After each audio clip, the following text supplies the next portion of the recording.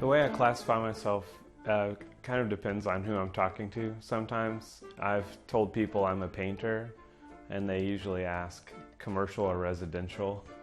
So I have to specify, no, I make paintings. When I met the gallery owner that wanted to show my work, he also needed a framer. I had done some framing, so I started framing in the gallery and being represented by the same gallery. So it was kind of funny when somebody would be upstairs saying, "Tell me more about this artist." They would say, "Oh, he's downstairs building frames if you want to talk to him." So I'd come up, and then after a few years of that, they told me, we'd both do better if you were painting more. And there's something really nice about older toys where it didn't have a connection to a toy per se. It was kind of like, here's the starting point, and you can go wherever you want with it just by being used. They already have a history built in. There's probably two main ways that I come up with the concept of paint. One would be seeing an object and wanting to paint it and letting that be kind of the driving force to build an idea around, and then other times realizing there's a topic I'd really like to do a painting about, and then the question is, as a still life painter, what objects would best tell that story? The objects for the still life are gathered. I put them in front of me, and usually I'll kind of be surrounded by possible objects that are going to help tell that story. And so there's a lot of time spent just physically moving objects around in a space. There is one painting that Johnathan has in his portfolio, and it's of Pinocchio at an overlook in Florence, this beautiful city that launched so many important artists.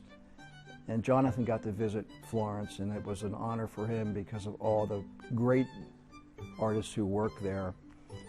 We were there this past fall at that same overlook, and I was kind of overcome. I had to pull up his photograph just because it was powerful. That moment was powerful to him, and he pulled it together in his painting. It was like spot on. The same hour of the day, the same light on the hills, and it was amazing. I'm fond of warm lighting, so I usually have kind of a warm dominant light, and there might be a cooler secondary light or cooler shadows, and I kind of like strong drama. So to me, setting up the lighting is just as important what the subject matter is. He's painting stuff that if it wasn't there, we wouldn't know it. And if it is there, we don't really know it. But somewhere in the recesses of our eye-brain function, it is making a difference in how we read the art. I don't do a lot of sketching because the objects are right in front of me. So when I start the painting, I do usually just pick one kind of neutral warm color and do a real thin wash of paint to kind of draw the basic masses in. Usually I use burnt sienna and ultramarine blue and white. When you mix those together, it creates a nice neutral. You can go warmer or cooler, lighter, darker. And I don't do a detailed drawing first.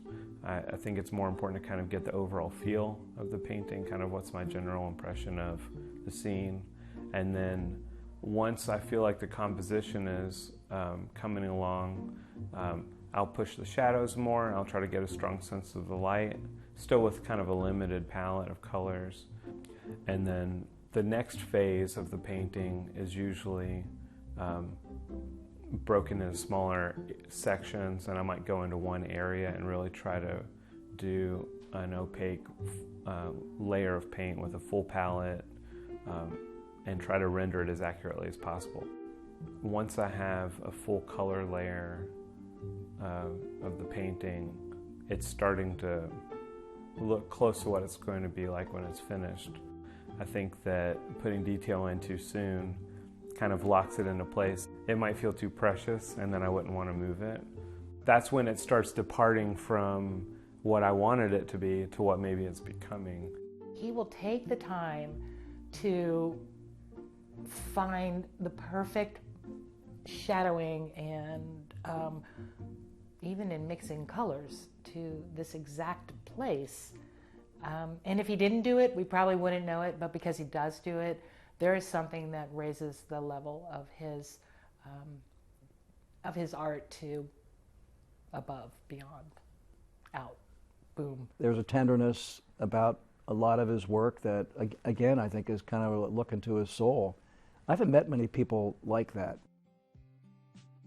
What I try to do is I try to take something that might just be passed over and light it and put it in a situation to where I'm really trying to feature what drew me to it originally, because I feel like that's a big part of what I'm trying to do. It's saying, take these somewhat mundane objects that exist in the world and find something that's inherently there that we might be overlooking.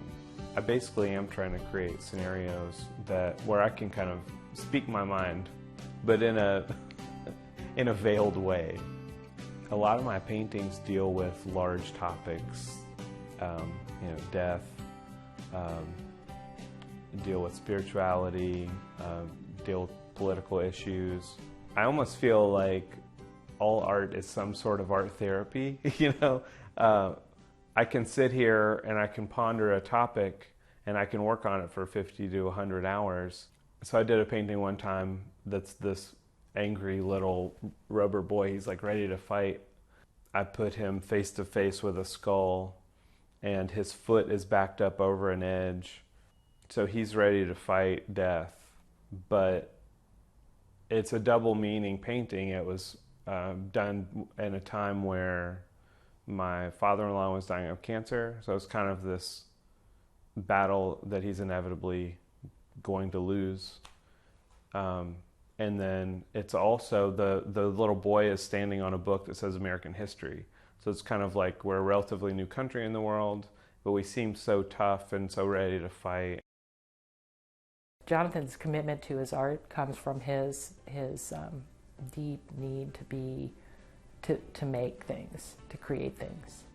And I'm not trying to just tell one story or a specific story, but I'm trying to start a dialogue. For me, it's a success if somebody feels the urge to kind of engage and take part in trying to figure out a story with my paintings.